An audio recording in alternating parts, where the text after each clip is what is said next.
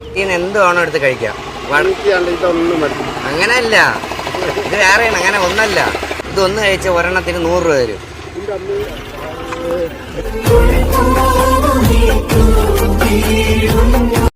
ഈ നിൽക്കുന്ന പന്നി മോനുണ്ടല്ലോ, അതായത് ആ കിളവനെ തന്നെയാണ് ഞാൻ പറഞ്ഞത്. അപ്പൊ നിങ്ങൾ എന്താ മുതിർന്നവർ ഇങ്ങനെ പറയുന്നത്, ഇവിടെ ഇങ്ങനെ കാണിക്കണം, ഇങ്ങനെ പറയും.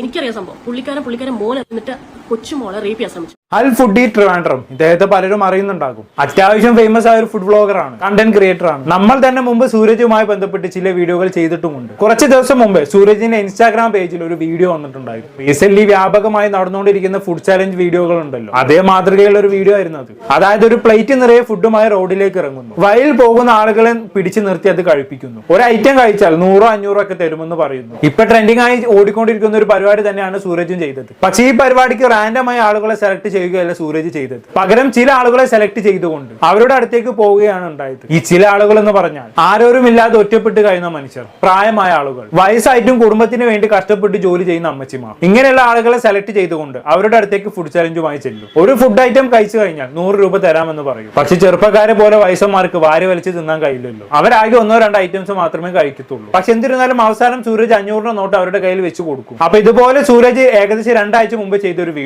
വലിയ രീതിയിൽ വൈറലായിട്ട് മാറി. ഏകദേശം 1.25 കോടിയോളം പേർ ഇൻസ്റ്റാഗ്രാമിൽ തന്നെ ആ വീഡിയോ കണ്ടു. ഈ വീഡിയോയുമായി ബന്ധപ്പെട്ടാണ് ഇപ്പോൾ വിവാദമായിരിക്കുന്നത്. ആദ്യം ആ വീഡിയോ കണ്ടതിന് ശേഷം ഞാൻ കാര്യങ്ങൾ വിശദമായി പറഞ്ഞു തരാം. എനിക്കറിയാം ഇന്ന് ഈ മാമ ഒന്നും കഴിച്ചിട്ടുണ്ടാവില്ല രാവിലെ. നമുക്ക് ഈ മാമൻ ഇതെല്ലാം കഴിപ്പിക്കാം.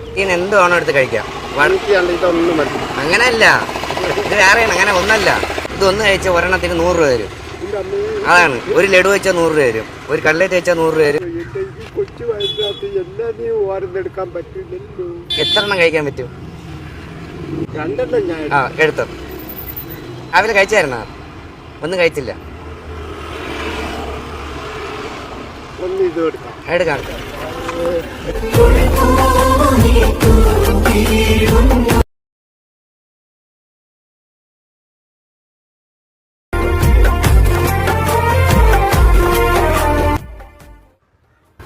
സന്തോഷായ?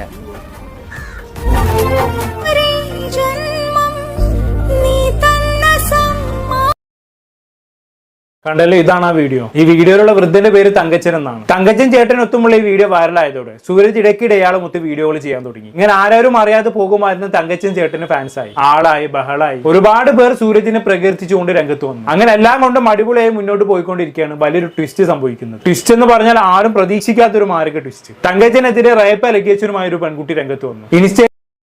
എന്നറിയപ്പെടുന്നു കണ്ടന്റ് ക്രിയേറ്റർ ആയിട്ടുള്ള ഒരു യുവതിയാണ് തങ്കച്ചൻ ചേട്ടനെതിരെ ഇപ്പൊ രംഗത്ത് വന്നിരിക്കുന്നത്. അവരൊരു വീഡിയോ തന്നെ ഇതുമായി ബന്ധപ്പെട്ട് ചെയ്തു എന്നുള്ളതാണ്. ആദ്യം ഇവർ സൂരജിന്റെ വീഡിയോക്ക് താഴെ ഒരു കമന്റ് ഇടുകയാണ് ചെയ്തത്. സ്വന്തം മോളെയും കൊച്ചുമോളെയും റേപ്പ് ചെയ്യാൻ ശ്രമിച്ചതിന് തങ്കച്ചനെ വീട്ടിൽ നിന്നും പുറത്താക്കിയതായിരുന്നു എന്നുള്ളതാണ് ആ കമന്റ്. പിന്നീട് ഇതിനെ കുറിച്ചൊരു വീഡിയോ ചെയ്തു. തങ്കച്ചനിൽ നിന്ന് തനിക്ക് നേരിടേണ്ടി വന്ന മോശം അനുഭവത്തെ കുറിച്ച് ഇവർ ആ വീഡിയോയിൽ സംസാരിക്കുന്നുണ്ട്. ആക്ച്വലി ചെയ്ത ആ വീഡിയോയും കമന്റും ഒന്നും നിലവിൽ ഇൻസ്റ്റാഗ്രാമിൽ കാണുന്നില്ല. ഡിലീറ്റ് ചെയ്തതാണെന്ന് തോന്നുന്നു. എന്താണ് സംഭവിച്ചതെന്ന് അറിയില്ല. എന്നാലും ആ വീഡിയോയുടെ ചില ഭാഗങ്ങൾ നമുക്ക് ലഭിച്ചിട്ടുണ്ട്. ഞാൻ അതൊന്ന് പ്ലേ ചെയ്യാം.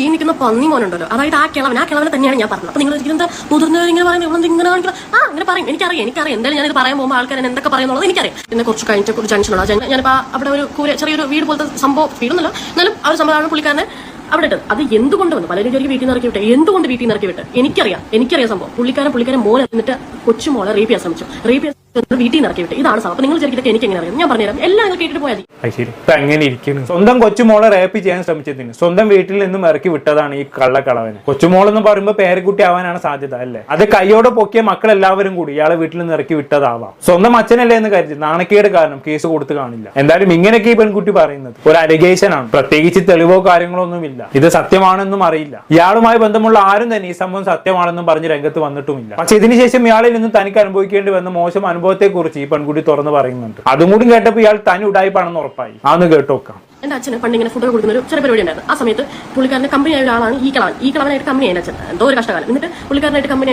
ഇടയ്ക്കിടയ്ക്ക് വീട്ടിനകത്തല്ല, മീൻസ് അങ്ങനെ വരും, അങ്ങനെ സംസാരിക്കുന്ന ഒരു ടൈപ്പ് ആയിരുന്നു. അപ്പം പുള്ളിക്കാരൻ ഒരു ദിവസം ഇങ്ങനെ പപ്പിയൊക്കെ കൊണ്ട് തരുന്ന ആ കളവൻ എനിക്ക് പപ്പിയൊക്കെ ഇങ്ങനെ കൊണ്ട് തന്നിട്ടുണ്ട്. അപ്പം അവിടെ എന്താണ് ഒരു കമ്പനി ഓൾറെഡി അവിടെ ഇങ്ങനെ ഉണ്ട്. അപ്പം ഞാൻ എന്താണെന്ന് വെച്ചാൽ എന്റെ അച്ഛന്റെ തന്തയുടെ പ്രായമുണ്ട് മോന്.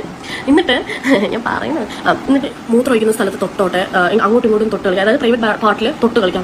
അങ്ങോട്ടും ബാക്കിലോട്ട് നിൽക്കാം, എന്നെ കെട്ടിപ്പിടിക്കണം, എന്റെ ബ്രസ്റ്റിൽ ടച്ച് ചെയ്യണം, അങ്ങനെയുള്ള രീതിയിൽ എനിക്ക് കിസ് അടിക്കണം, കെട്ടിപ്പിടിക്കണം, ഉമ്മ വെക്കണം, അങ്ങനെയൊക്കെ പറഞ്ഞു. ഞാൻ അന്ന് നോ പറഞ്ഞു. അന്ന് അതൊന്നും നടന്നിട്ടില്ല. ഓക്കെ, അങ്ങനെ വേണമെങ്കിൽ പറഞ്ഞു. അതിനുശേഷം എന്താ ചെയ്യുന്നത് പറഞ്ഞാൽ കുറെ വാണങ്ങൾ വരും. ഈ സംഭവം നടന്ന് കുറെ നാൾക്ക് ശേഷമാണ് ഞാൻ മമ്മിയോട് പറയുന്നത്. അവർ നമുക്ക് മനസ്സിലാവും ഒരാൾ ഇങ്ങോട്ട് ഡയറക്റ്റ് ആയിട്ട് ചോദിക്കുമ്പോൾ അവൾ ഞാൻ കുറച്ച് നാൾക്ക് ശേഷം പറഞ്ഞിട്ടുണ്ടാവുന്നത്. അപ്പോൾ മമ്മിയാണ് എന്നോട് ഇങ്ങനെ പറയുന്നത് ഇങ്ങനെ അങ്ങനെയുള്ള സംഭവങ്ങളൊക്കെ നടന്നിട്ടുണ്ട് എന്ന്. ഐ വാസ് ലൈക്ക് എന്നുള്ള രീതിയിലായിരുന്നു. ഓക്കെ, അത് കഴിഞ്ഞു. എന്താ കഥ അല്ലേ? എന്തെല്ലാം തരം മനുഷ്യന്മാരാണ് ചുറ്റിലും ഉള്ളതെന്ന് നോക്കിക്ക്. പാപമല്ല എന്ന് വിചാരിച്ച് വീട്ടിൽ കയറ്റി ഫുഡ് കൊടുത്തതാണ്. എന്നിട്ട് ആ വീട്ടിലെ തന്നെ പെൺകുട്ടിയോട് കായ്പത്തരം കാണിച്ചിരിക്കുന്ന കള്ളക്കളവൻ. സൂരജിന്റെ ആ വീഡിയോ കണ്ട ആരെങ്കിലും പറയോ ഈ മനുഷ്യൻ ഇത്രയും വൃത്തികെട്ട ഒരു മനുഷ്യനാണെന്ന്? കണ്ടാ തോന്നും. ഫുഡ് കഴിക്കുന്നതും തുള്ളി ചാടുന്നതും ഒക്കെ കണ്ടു കഴിഞ്ഞാണെങ്കിൽ എന്തൊരു നിഷ്കളങ്കതയാണ് അല്ലെ. കെട്ടിപ്പിടിച്ച് ഉമ്മ കൊടുക്കാൻ തോന്നിപ്പോകും. സൂരജ് ഉമ്മ കൊടുക്കുകയും ചെയ്തല്ലോ. ഇതാണ് കഴിഞ്ഞ ദിവസം ആലുവയിലെ 4 വയസ്സുകാരിയെ അച്ഛന്റെ അനിയൻ പീഡിപ്പിച്ച സംഭവത്തെ കുറിച്ച് സംസാരിച്ചപ്പോൾ ഞാൻ പറഞ്ഞത്. ഇങ്ങനെ കുറെ മനുഷ്യന്മാരുണ്ട് നമുക്ക് ചുറ്റും. കണ്ടാൽ മാന്യന്മാരാവും, പാവമാണെന്ന് തോന്നും. പക്ഷെ അടുത്തറിയുമ്പോഴായിരിക്കും യഥാർത്ഥ മുഖം പുറത്തു വരുന്നത്. ഇങ്ങനെയുള്ള ആളുകളാണ് ആക്ച്വലി ഏറ്റവും കൂടുതൽ പേടിക്കേണ്ടത്. എന്തായാലും തനിക്ക് ആളിൽ നിന്നും ഇങ്ങനെ ഒരു അനുഭവം ഉണ്ടായി എന്ന് കുറച്ച് കാര്യങ്ങൾക്ക് ശേഷം ഈ പെൺകുട്ടി അവളുടെ അമ്മയോട് തുറന്നു പറഞ്ഞു. അപ്പോൾ അമ്മയാണ് ഇയാളുടെ ബാക്ക് സ്റ്റോറി ഈ പെൺകുട്ടിക്ക് പറഞ്ഞു കൊടുക്കുന്നത്. അതായത് ഇയാൾ പണ്ട് കൊച്ചുമോളെ പീഡിപ്പിക്കാൻ ശ്രമിച്ച സംഭവവും അങ്ങനെ വീട്ടിൽ നിന്ന് ഇറക്കി വിട്ടതും ഒക്കെ. എന്തായാലും ഈ പെൺകുട്ടി വീഡിയോ ചെയ്യുന്ന സമയത്ത് ഈ തങ്കച്ചിന് ഇഷ്ടംപോലെ ഫാൻസ് ഉണ്ടായിരുന്നല്ലോ. അവരിൽ ചില ആളുകളൊന്നും ഈ പെൺകുട്ടി പറഞ്ഞത് വിശ്വസിക്കാൻ തയ്യാറായില്ല. ഇയാൾക്ക് നമ്മളും വീട്ടിൽ കൊണ്ടുപോയി ഫുഡ് കൊടുത്തിട്ടുണ്ട്, ഞങ്ങളുടെ വീട്ടിലും കുട്ടികളുണ്ട്, അവരോടൊന്നും ഇയാൾ എങ്ങനെ ചെയ്തിട്ടില്ല എന്നൊക്കെയാണ് പലരും പറഞ്ഞത്. അവർക്കുള്ള മറുപടി ഈ പെൺകുട്ടി മറ്റൊരു വീഡിയോയിലൂടെ ചെയ്തിട്ടുണ്ടായിരുന്നു. അതിന് ചെറിയ വാങ്ങൂടി കണ്ടോക്കാം. ഒരാൾ കമന്റ് ചെയ്തിട്ടുണ്ടായിരുന്നു പുള്ളിക്കാരൻ എന്റെ വീട്ടിൽ നിന്നാണ്, ചെന്നതല്ല അയാളുടെ വീട്ടിൽ നിന്നാണ് ഫുഡ് കഴിക്കുന്നത്, പുള്ളിക്കാരനോ പുള്ളിക്കാരന്റെ മക്കൾക്കോ അങ്ങനെ ഈ കളവൻ അങ്ങനെ പ്രശ്നമൊന്നും ഉണ്ടായിട്ടില്ല എന്നാണ് പറയുന്നത്. അപ്പം എനിക്ക് പറയാനുള്ളതെന്ന് വെച്ചാൽ എനിക്ക് തോന്നിയതോ അല്ലെങ്കിൽ എന്നെ ഇങ്ങനെ ഇരുന്നിട്ട് പിടിക്കുന്ന പോലെ തോന്നിയതോ അല്ലെങ്കിൽ ഞാൻ എന്തോ അല്ല കള്ളു പിടിച്ചോ അല്ല ഡ്രഗ്സ് ഉപയോഗിച്ചോ അങ്ങനെ എനിക്ക് തോന്നിയ കാര്യങ്ങളല്ല, എന്നോട് പറഞ്ഞ് സാക്ഷിയായിട്ട് മുന്നിൽ എന്റെ സിസ്റ്റർ ഉണ്ടായിരുന്നു. അത് വേറെ കാര്യം. കാരണം പുള്ളിക്കാരൻ ഇപ്പൊ നിങ്ങൾ തന്നെ ചിന്തിക്കുക, എനിക്കിപ്പം ഒരു സോഷ്യൽ മീഡിയ പ്ലാറ്റ്ഫോമിൽ വന്നിട്ട് എനിക്ക് എവിടെയെങ്കിലും കിടക്കുന്ന അല്ലെങ്കിൽ റോഡിൽ കിടക്കുന്ന ഒരു അപ്പച്ചനെ പറ്റിയിട്ട് എനിക്ക് വന്ന് അപവാദം പറയേണ്ട ആവശ്യമില്ല. എനിക്കെന്ത് നേട്ടമാണ് അതിലുള്ളത്? നിങ്ങൾ തന്നെ ചിന്തിക്കുക. ഈ മോശം അങ്ങേർക്ക് എന്ത് ധൈര്യത്തോടെ എന്നോട് ഇത് പറയാമെങ്കിൽ എനിക്ക് എന്തുകൊണ്ട് ധൈര്യത്തോടെ നിങ്ങളോട് പറഞ്ഞോടാ കേസ്? ഇതൊക്കെ വളരെ ഒരു ഞാനൊക്കെ റിയാക്ട് ചെയ്യേണ്ട ആവശ്യം പോലില്ല കേസ്. കാരണം വാണ പറയുന്നില്ല.